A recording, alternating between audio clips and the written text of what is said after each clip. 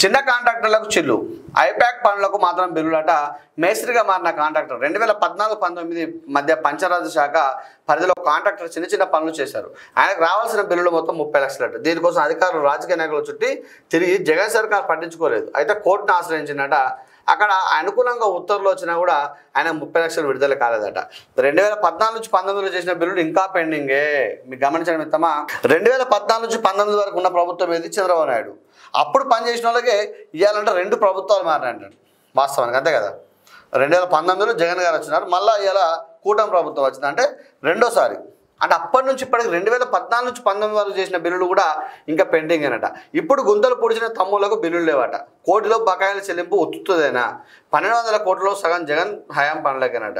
వాస్తవాన్ని గమనించండి మిత్రమా, 2014 డిసెంబర్లో పాఠశాల గదులను నిర్మించినట్ట గాజువాకల. బిల్లు 63 లక్షలట. జగన్ ఉన్న 5 ఏళ్ళు ఈ బిల్లు క్లియర్ కాలేదట. ఇప్పుడు కోర్టులో బిల్లులు చెల్లిస్తామని ప్రభుత్వం చేసిన ప్రకటనతో ఆ కాంట్రాక్టర్ తమ ఖర్చును తీరిందని అనుకుంటారు, కానీ ఇది క్లియర్ కాలేదు. 7 ఏళ్ళుగా అదే కష్టం. అయితే 2014-19 వరకు ఉన్న బిల్లులు ఆ ప్రభుత్వం పోయేటప్పుడు క్లియర్ చేయలేదు. తర్వాత జగన్ గారు వచ్చిన తర్వాత జగన్ గారు కూడా ఏంటంటే ఈ బిల్లులన్నీ కూడా క్లియర్ చేయలేకపోయినాడట. తర్వాత గాజువాకలో ఒక అతనట 63 లక్షల బిల్లులు చేస్తే అప్పటి నుంచి రాలేదట. ఇప్పుడు 7 సంవత్సరాలు అవుతుంది కదా. ఇప్పుడు అక్కడ ప్రభుత్వం కూడా 2018 నుంచి, అంటే ఆ ప్రభుత్వం పోయిన తర్వాత కదా, పోయిన అంటే చంద్రబాబు నాయుడు ప్రభుత్వం నుంచి జగన్ ప్రభుత్వం పోయి మళ్ళీ చంద్రబాబు నాయుడు ప్రభుత్వం వచ్చినా కూడా ఇప్పుడు మొన్న కోటిలోపు ఉన్న బిల్లులు అందరూ చిన్న కాంట్రాక్టర్లకు బాసట అని చెప్పి ఒక వార్త కథనం జరిగింది. మొన్న 2000 కోట్లు రిలీజ్ అయ్యాయి. 2000 కోట్లు రిలీజ్ అయ్యాయి. ఆ 2000 కోట్లలో కూడా అది ఉత్తుత్తదేనా, కేవలం పేపర్ ప్రకటన అని చెప్పి ఆంధ్రజ్యోతిలో వార్త కథనం రావడం జరిగింది. ఏదేమైనా మీరు పేపర్ ప్రకటన కాకుండా ఇటువంటి వారు అందరూ కూడా ఆదుకోవాలని చెప్పి, ఇటువంటి వారు ఎందుకంటే ఆ చిన్న చిన్న కాంట్రాక్టర్ లేకపోతే ఇలా రోడ్ల వ్యవస్థ బాగుండదు, డ్రైనేజ్ వ్యవస్థ బాగుండదు, రకరకాల పంచాయతీలు బాగుండవు, అంతే కదా. వాళ్ళు ఎందుకంటే జేబులు ఫస్ట్ డబ్బులు పెడతారు, తర్వాత బిల్లుల కోసం తిరుగుతూ ఉంటారు.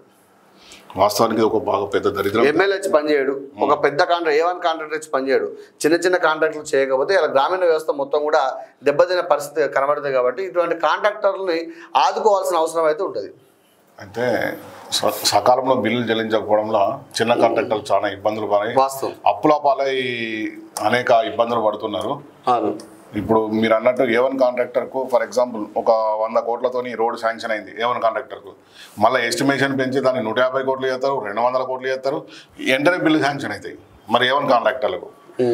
మరి చిన్న కాంట్రాక్టర్లు ఎందుకు చిన్న చూపిస్తున్నారు? అంటే ఆ గవర్నమెంట్ ఈ గవర్నమెంట్ అనేది కాదు, ఎవరైనా